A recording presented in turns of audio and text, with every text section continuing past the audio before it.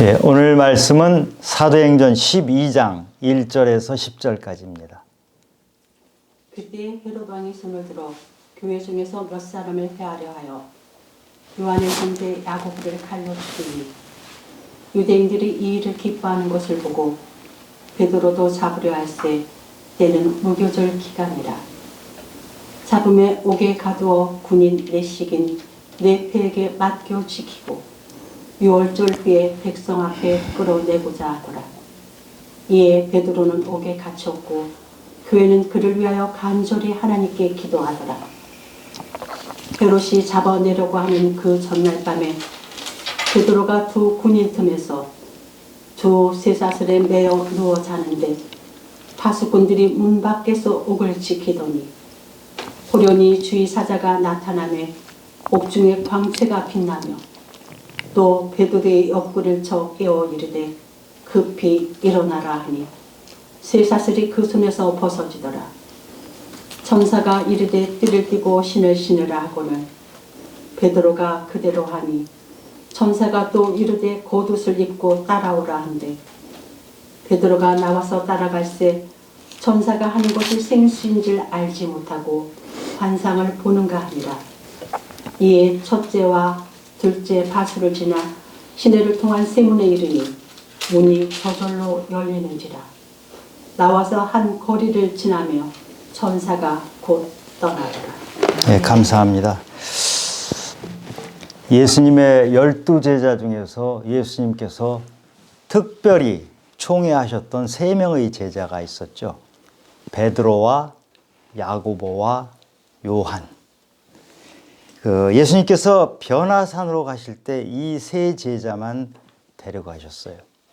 그리고 회당장 야이로의 딸을 살리실 때는 다른 제자들은 오지 말라고 하시면서 이 3 제자를 데리고 가셨죠.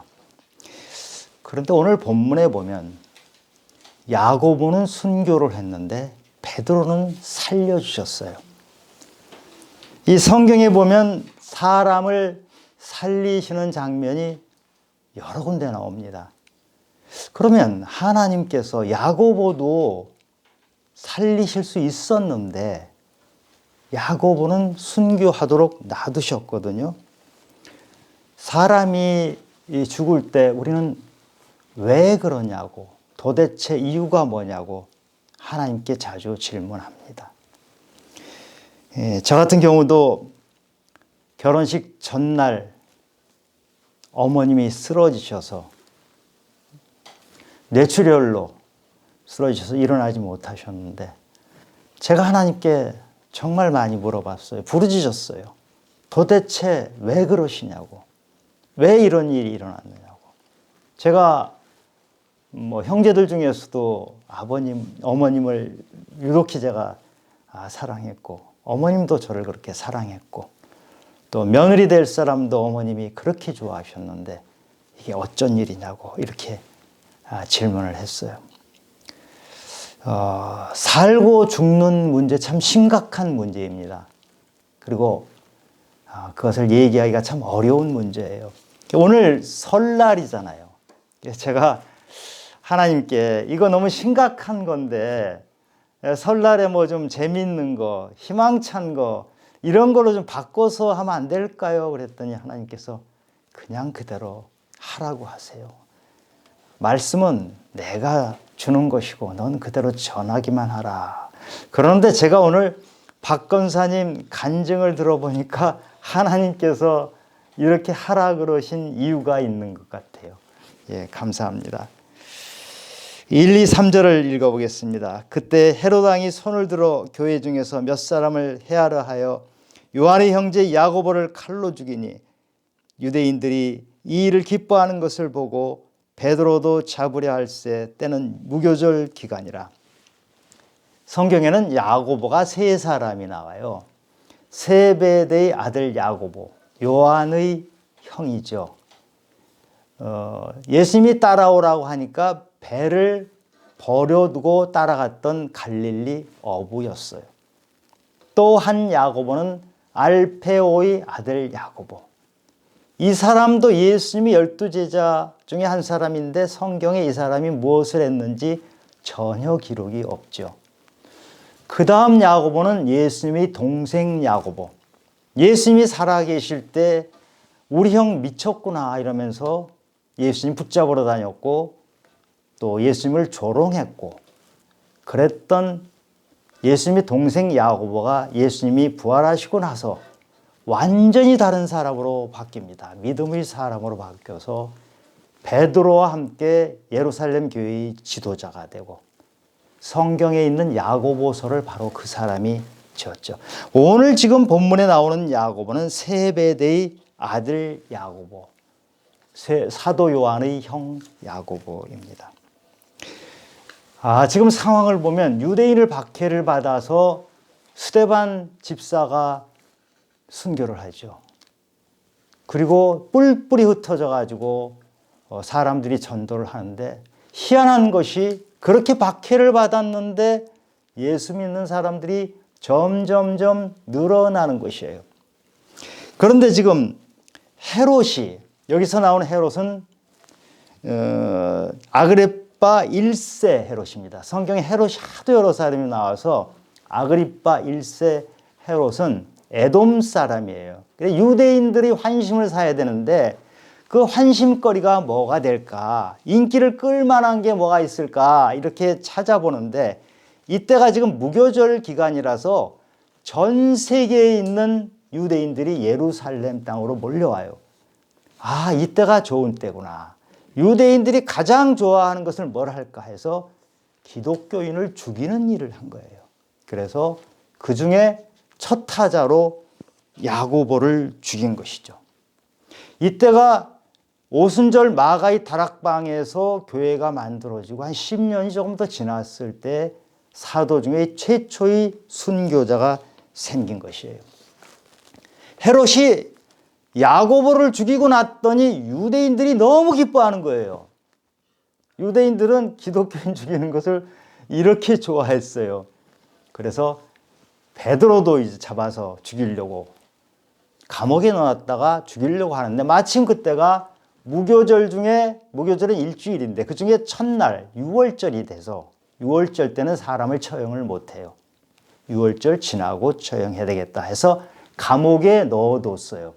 그래서 감옥에 아주 철저히 이 사람을 감시하자. 그래서 4사람이 한 조가 돼서 4개의 조를 짜서 지키도록 했고 이 베드로가 잠을 잘 때도 쇠사슬에 묶고 양쪽에 군인들이 같이 잠을 자면서 지키도록 그렇게 해놨어요. 아주 철저하게 베드로를 감시하도록 해놨어요. 그런데 7절에 보니까 호련히 주의 사자가 나타났다고.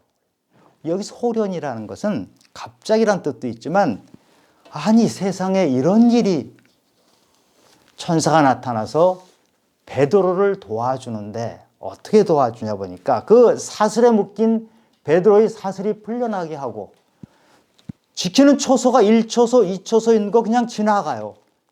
경비병들이 있는데 전혀 몰라요. 그리고 감옥 바깥에 있는 마지막 쇠문까지도 열려서 지나가서 베드로가 거리에 나와서 감옥에서 완전히 탈출을 한 거예요. 천사가 도와주어서 베드로를 살려준 거예요. 다음 날 아침이 오면 사형을 집행할 베드로를 살려준 것이거든요.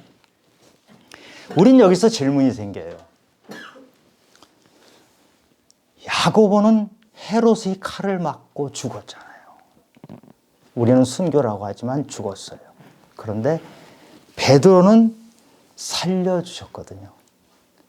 둘 다 예수님이 가장 사랑했던 제자들이었어요. 그런데 왜 베드로는 살려주고 야고보는 죽도록 놔뒀느냐? 이것이 너무 궁금해요. 질문이 생길 수밖에 없어요. 생과 사는 하나님의 영역이에요. 우리가 정확하게 알 수가 없어요. 그러나 오늘 말씀을 통해서 몇 가지만은 우리가 알 수가 있어요. 먼저 살고 죽는 것은 하나님의 영역이다. 전적으로 하나님의 주권에 놓여 있는 것이다. 이것을 우리가 인정을 해야 해요. 그런데 우리가 믿음이 좋은 사람도 정말 사랑하는 사람을 떠나보낼 때는 믿음이 흔들려요. 그만큼 사랑하는 사람을 떠나보려는 것은 정말 힘들어요. 그런데 우리가 명심해야 될 것이 그것 역시 하나님의 주권에 속한 것이기 때문에 우리는 믿음이 떠나지 않도록 믿음을 붙잡아야 돼요. 하나님의 주권이라는 것을 인정하지 않는 순간 우리는 모든 것이 멈춰버려요. 사무엘의 엄마 한나는 사무엘을 굉장히 늦게 애를 가졌어요. 그런데 사무엘이 젖을 떼자마자 하나님께 바치게 됐는데 그때 한나가 기도를 해요. 한나의 기도 중에 이런 기도가 나옵니다. 사무엘상 2장에 나오는데 여호와는 죽이기도 하시고 살리기도 하시며 스올에 내리기도 하시고 거기에서 올리기도 하시는도다. 우리는 이런 기도를 하면서 믿음 생활을 해야 돼요. 죽이기도 하고 살리기도 하시는 여호와 하나님, 그 하나님께 우리는 모든 것을 맡기는 것이에요.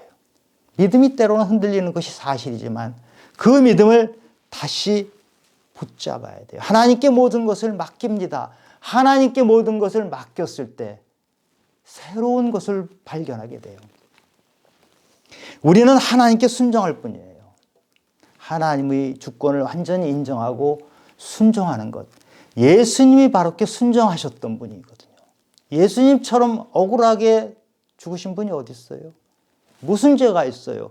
예수님은 아픈 사람들 고쳐줬고 죽은 자 살려줬고 귀신 들린 자 귀신 쫓아내주고 그거 하신 거잖아요. 그런데 사람들이 예수님을 못 박아버렸어요. 예수님도 순종이 어려웠어요. 마지막 겟세마네에서 기도를 하실 때 할만하시거든 이 잔을 내게서 거두어 주시옵소서. 그러나 나의 원대로 마옵시고 아버지 원대로 하옵소서. 참 고통스러운 순종의 기도를 드리시면서 예수님은 십자가를 향해서 가셨던 것이에요. 우리 믿음은 참 단순한 것이 좋아요. 단순한 것이 모든 것을 우리를 한 방향으로 가게끔 만들어줘요. 그래서 십자가의 도가 안 믿는 사람들에게는 미련해 보여요. 그러나 우리 믿는 사람들은 이 십자가의 도를 붙잡는 것이 바로 하나님이 주시는 능력이 되는 것이에요. 두 번째로 하나님은 우리가 이 땅에 남아 있어야 할 이유가 있도록 하신 분이에요.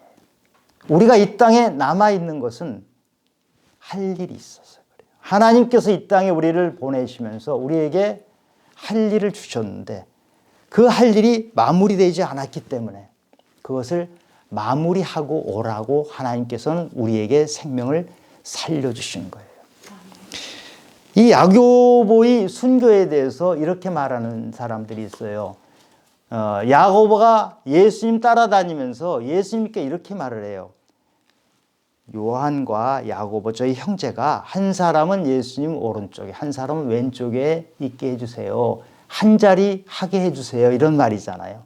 근데 그 자리가 사실은 예수님이 십자가의 길이잖아요. 십자가의 길을 좌우에 있겠다고 하시니까 이 사람들이 그래서 야고보가 순교한 것이다. 이렇게 설명한 사람들이 많아요.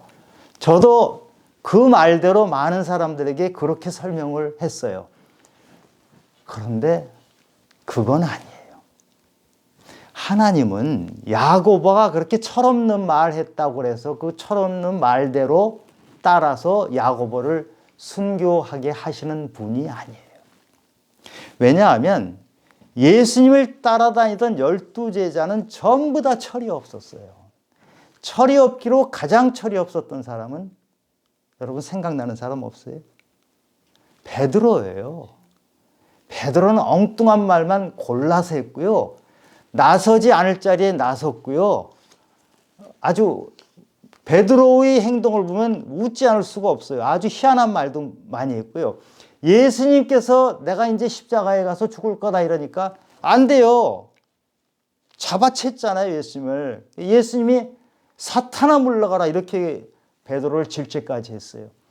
만약에 예수님께서 이 제자들이 철없는 말 했다고 해서 벌로 죽도록 한다 그러면 누가 제일 먼저 죽었어야 될 것 같아요?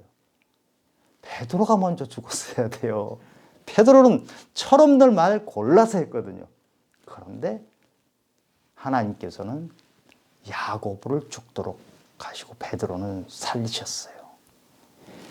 야고보가 순교한 것은 야고보가 이 땅에 살 일이 다 끝났기 때문에 순교를 한 것이에요. 성경에 보면 야고보가 무슨 일을 했는지 나와 있질 않아요. 사도행전에서는 야고보가 이거 죽었다는 것 외에는 아무 기록이 없어요. 사도행전은 누가가 사도 바울을 따라다니다가 기록한 것이기 때문에 사도 바울 중심으로 해서 기록이 돼 있어요. 그런데 다른 기록에 보면 이 야고보가 스페인까지 가서 복음을 전했다고 해요. 스페인은 당시 사람들에겐 땅끝이었어요. 스페인을 간다는 것은 이 예루살렘에서 스페인까지는 너무너무 먼 길이에요. 산 넘고 바다 건너고 얼마나 위험을 무릅쓰면서 야고보는 스페인까지 가서 복음을 전했다. 그리고 예루살렘에서 돌아와서 순교했다. 이렇게 기록된 것이 있고요. 또 하나는 지금 헤롯이 기독교인을 죽여야 유대인이 좋아하니까 한 사람을 택했는데 가장 먼저 택한 게 야고보거든요.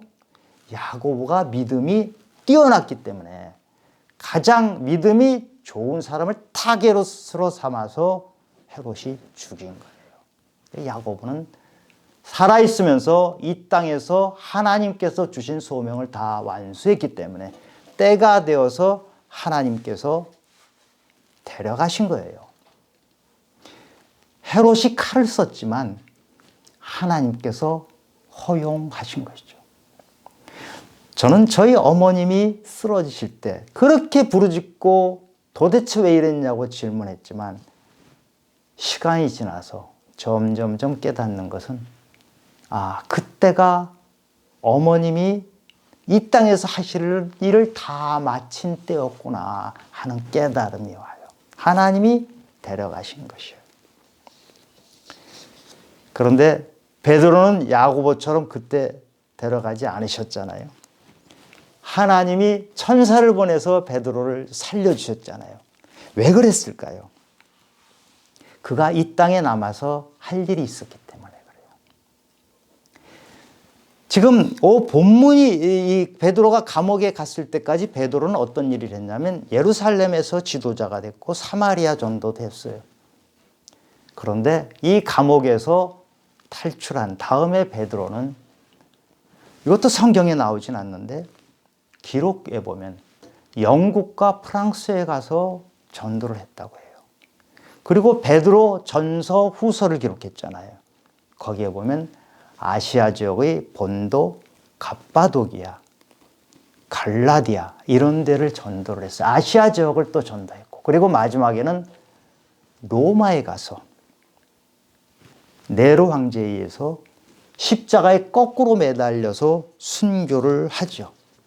그때가 하나님께서 베드로를 데려가실 때였어요. 네로 황제에 의해서 십자가에 매달리는 그때는 누가 결정합니까?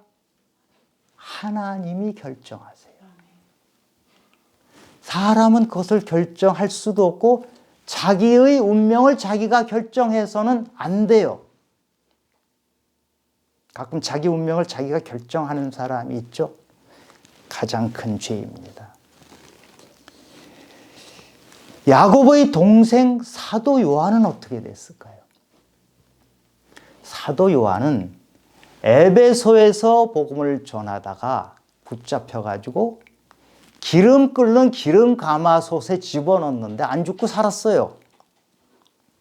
그리고 반모섬이란 그 완전히 돌산이 가득한 그 반모섬에 유배를 보냈어요. 거기서 돌이나 캐다 죽으라 이렇게 해서 보냈거든요. 그런데 사도 요한이 거기서 무슨 일을 했죠? 요한계시록을 기록했어요. 사도 요한은 거기서 요한계시록을 기록하고 다시 에베소에 와서 자연사했어요. 자기 수명이 닿을 때까지 살았어요. 그럼 사도 요한은 왜 이렇게 끓는 기름가마에서도 살도록 하시고 그 반모섬이란 험한 곳, 사람이 살기 어려운 곳까지 보냈다가 자연적으로 수명을 다하도록 하셨을까요? 요한계시록을 기록하라고 그 소명을 주셨기 때문에. 그 다음에 하나님께서 베드로를 살려주신 이유는 베드로가 소명을 가지고 전하고 하는 것도 귀한 소명이지만 또 하나 베드로에게 할 일이 있으셔서 그런 거예요. 그것은 베드로를 예수님 닮는 사람으로 만드는 작업을 하신 거예요. 베드로처럼 그 충동적이고 말 함부로 하고 좀 우스꽝스러우고 이런 사람이 없잖아요. 가장 우스운 제자 중 하나가 바로 베드로였어요. 그런데 이 베드로가 베드로 전후서를 쓴 것을 보면은 사랑의 사도로 완전히 바뀌어서 너희들 성도들 뜨겁게 사랑해라 이런 말을 여러 차례 해요. 뜨겁게 서로 사랑하라는 말을 할 수 있는 것은 자기가 그런 사랑을 하는 사람으로 바뀌었기 때문에 가능한 거예요. 하나님께서는 베드로가 복음을 전하는 소명도 다하도록 살려두셨지만 자기 자신이 성품을 바뀌는 것, 그 귀한 일을 하도록 시간을 주셨던 것이에요. 또 하나 근데 이 베드로가 살아나는데 결정적으로 역할을 한 것이 있어요. 그것은 성도들의 중보기도였어요. 베드로가 감옥에 갇혔을 때 성도들은 기도하기 시작했어요. 중보기도를 한 것이죠. 사실은 베드로가 감옥에 갇혔을 때 이 상황이 얼마나 두려운 상황입니까?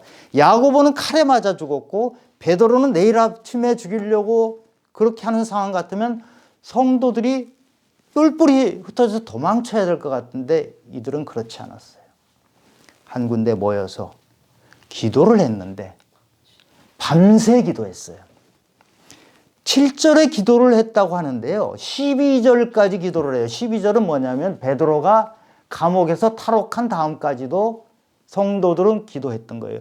베드로는 감옥에서 잠을 자고 있는데 감옥 바깥에 있는 성도들은 간절하게 기도를 했다. 이것이 중보기도. 중보기도의 힘 때문에 하나님께서 가지고 계신 뜻을 때론 그것이 어떤 뜻인지 우리가 알 수 없지만 때론 그 뜻을 돌려놓는 것이 중보기도의 힘이에요. 베드로가 살아서 돌아왔을 때 이 사람들이 깜짝 놀랐어요.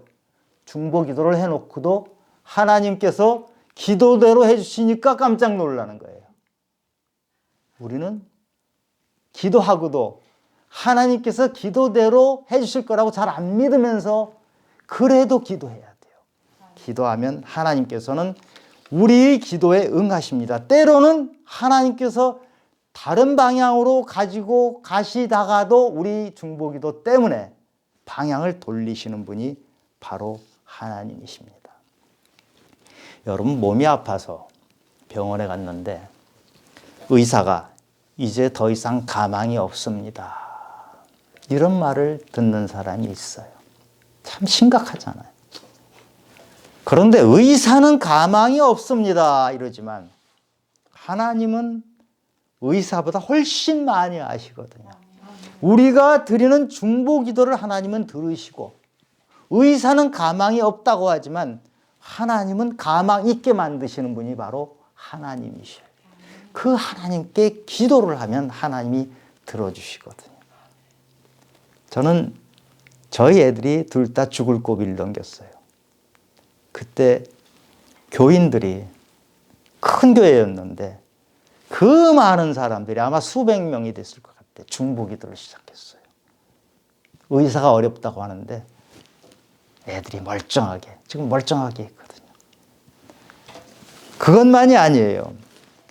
어쩌면 여러분들 이거 작은 기도라고 볼 수 있지만 이거 사실 인간 삶에서 굉장히 커요. 이사 날짜를 받아놓고 전세를 빼야 되는데 아무도 보러 오는 사람이 없어요. 그래서 가까운 교회에 중보기도를 요청했는데 중보기도를 한 날부터 사람들이 추운 겨울인데 집 보러 오는 사람들이 몰려 들어와요. 너무너무 놀랐어요.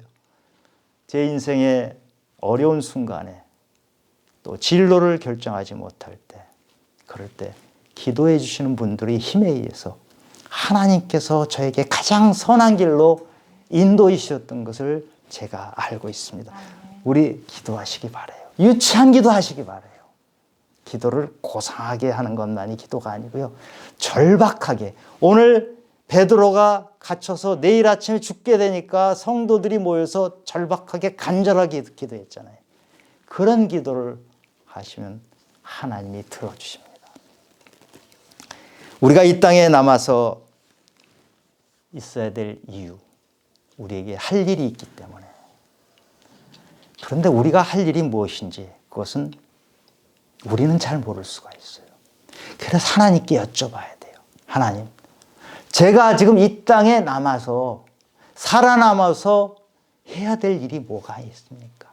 하나님 생각은 우리 생각하고 많이 달라요. 금그릇이 귀합니까? 사기 그릇이 귀합니까? 우리 인간들 눈에는 당연히 금그릇이 귀하잖아요. 비싸잖아요. 그런데 하나님이 보시기엔 얼마든지 다를 수가 있어요. 사기 그릇으로 우리 밥 먹고 물 떠먹고 하잖아요. 하나님이 자주 쓰시는 그릇이 귀한 그릇이에요. 우리는 금그릇이 비싸니까 좋은 그릇이라고 하지만 하나님이 보시기에는 그 사기 그릇, 싸구려 사기 그릇이 훨씬 귀하게 쓰이는 거예요. 그러니까 우리가 이 땅에 남아서 해야 될 일이 무엇이냐, 그것은 우리가 판단하는 것이 아니고 하나님께 물어보시면 하나님이 가르쳐 주세요. 부자와 거지 나사로 얘기하시죠. 거지 나사로는 천국에 갔어요. 거지 나사로가 한 게 뭐 있어요? 구걸한 것밖에 더 있나요? 그러나 그는 하나님을 섬기는 마음으로 구걸했기 때문에 하나님께서 그걸 귀하게 받으시는 거예요. 우리가 엄청나게 많은 일을 하고 수천 명, 수만 명을 전도하고 이래야지만 하나님이 귀하게 보시는 것이 아니고, 하나님, 제가 평생을 살면서 딱 한 사람 전도했어요. 그런데 그 사람이 하나님 함께 천국에 가 있는 거예요. 우리가 알 수 없어요. 그래서 하나님께 물어봐야 되는데, 사도 바울이 얘기를 한번 들어볼까요? 빌립보서 1장 23절에 보면 사도 바울이 이랬어요. 차라리 세상을 떠나서 그리스도와 함께 있는 것이 훨씬 더 좋은 일이라 그렇게 하고 싶으나 천국에 죽어서 천국에 가는 게 좋겠다. 그러나 내가 육신으로 있는 것이 너희를 위하여도 유익하리라. 바울은 하나님 나라 3층천까지 이미 갔다 온 사람이에요. 그래서 천국이 얼마나 좋은지, 이 땅은 천국에 비하면 별 볼 일 없다는 거 알아요. 그러나 이 땅에 남아있는 이유는 복음을 전해야 될, 자기 복음을 들어야 될 사람이 너무너무 많기 때문에 아직은 이 땅에 남아 있었다고 하는 거예요. 우리가 이 땅에 남아 있는 이유는 다 하지 못한 사랑을 하라고 남아 있는 것이에요. 여러분, 고린도전서 13장 사랑장이잖아요. 그 사랑장에 심각한 문장이 있는데 우리가 자주 들으면서도 소홀히 듣는 게 있어요. 고린도전서 13장에 방언과 천사의 말을 할지라도, 예언을 하고 산을 옮길 만한 믿음이 있더라도, 산을 옮길 만한 믿음이면 대단한 믿음이에요. 그 믿음이 있다 하더라도 내게 있는 모든 것으로 구제하고 몸을 불사르게 내어줄지라도, 내게 있는 것을 다 주고 구제하고 내게 있는 것을 다 주고 불사르게 내어줘 버릴 정도로 이렇게 희생을 하는데도, 이런 대단한 믿음을 가졌는데도 불구하고 사랑이 없으면 아무것도 아닙니다. 우리가 믿음 하는데, 교회에서 봉사를 하는데, 새벽 기도를 하는데, 나무 뿌리가 뽑히도록 기도를 하는데, 이 땅에 살면서 내 아내 남편을 사랑하지 않고, 형제를 사랑하지 않고, 이웃을 사랑하지 않으면 아무것도 아니라고 하는 게, 이게 제 말이 아니고 하나님이 주신 말씀이에요. 이 땅에 남아있는 시간은 다 하지 못한 사랑을 사랑하라. 거기까지 가라고 이 땅에 우리를 남겨두신 거예요. 임종을 앞두신 분들이 많이 하시는 말씀이 있어요. 정말 빠르다. 이렇게 빠를 줄 몰랐다 하는 얘기하고, 또 하나는 더 많이 사랑했어야 되는데, 그 별것도 아닌 것 가지고 아웅다웅하고 등지고 더 사랑했어야 되는데, 더 용서했어야 되는데, 한결같이 이렇게 후회를 해요. 저는 우리 믿음의 성도님들이 이런 후회를 하지 않고 이 땅에서 마지막까지 사시길 바라요. 마음껏 사랑하세요. 용서하지 못한 것 있으면 훌훌 다 털어버리세요. 지나고 나면 아무것도 아니에요. 이 땅에서 용서할 수 없는 것은 아무것도 없어요. 그런데 그거 붙들고 내가 원수 갚으리라, 원수 갚으리라. 언제 갚아요? 병원에 가서 이제 며칠 안 남아서 언제 갚아요? 그때 가서야 내가 쓸데없이 미워했구나, 내가 쓸데없이 붙잡고 있었구나. 여러분, 용서하지 못한 거 훌훌 다 털어버리세요. 며칠 전에 네팔 비행기가 추락해서 그 비행기에 타고 있는 사람들이 모두 다 죽었어요. 근데 그 중에 한 사람이 그 비행기가 추락하고 있는데도 그걸 눈치를 못 채고 계속 스마트폰 카메라로 바깥 광경을 쭉 찍고 있었거든요.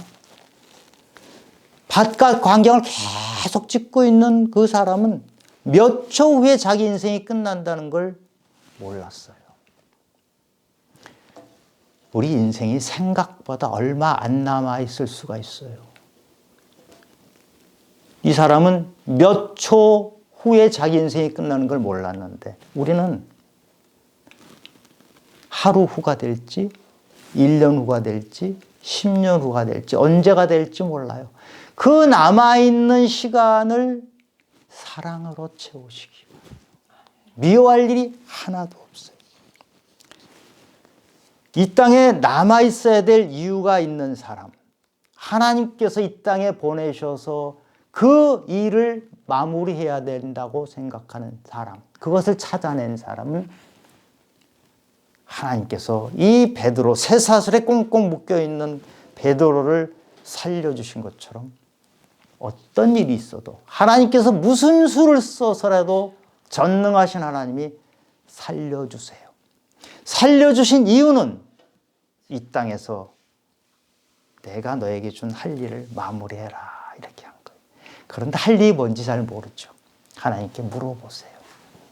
매일 밥 먹고 매일 그냥 텔레비 보고 이것이 할 일은 아마 아닐 거예요.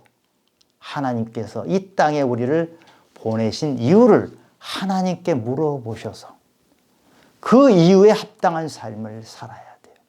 그리고 기도하세요. 자기 자신을 위한 기도도 하고, 함께하는 성도들을 위한 기도도 하고, 이 땅에 힘들게 살아가는 많은 사람들을 위한 기도도 하면서, 내 기도가 지금 이 작게 부르짖는 이 기도가 별것 아닌 것 같지만 이 기도가 아프리카까지 간다니까요. 이 기도가 휴전선 넘어 북한까지 가요. 그것이 중보기도예요. 우리는 중보기도 하면서 서로를 위해서 격려하면서 그렇게 하나님 나라를, 우리가 죽어서 가는 하나님 나라를 가야 되지만 이 땅에서도 하나님 나라를 끌어당기는 거예요. 나의 기도를 통해서, 나의 사랑을 통해서 하나님의 나라가 내 앞에 펼쳐지도록 만드는 그런 귀한 성도님들이 되시기를 예수 그리스도 이름으로 축원합니다. 하나님 아버지, 이 땅에 우리가 살아야 될 이유가 있습니다.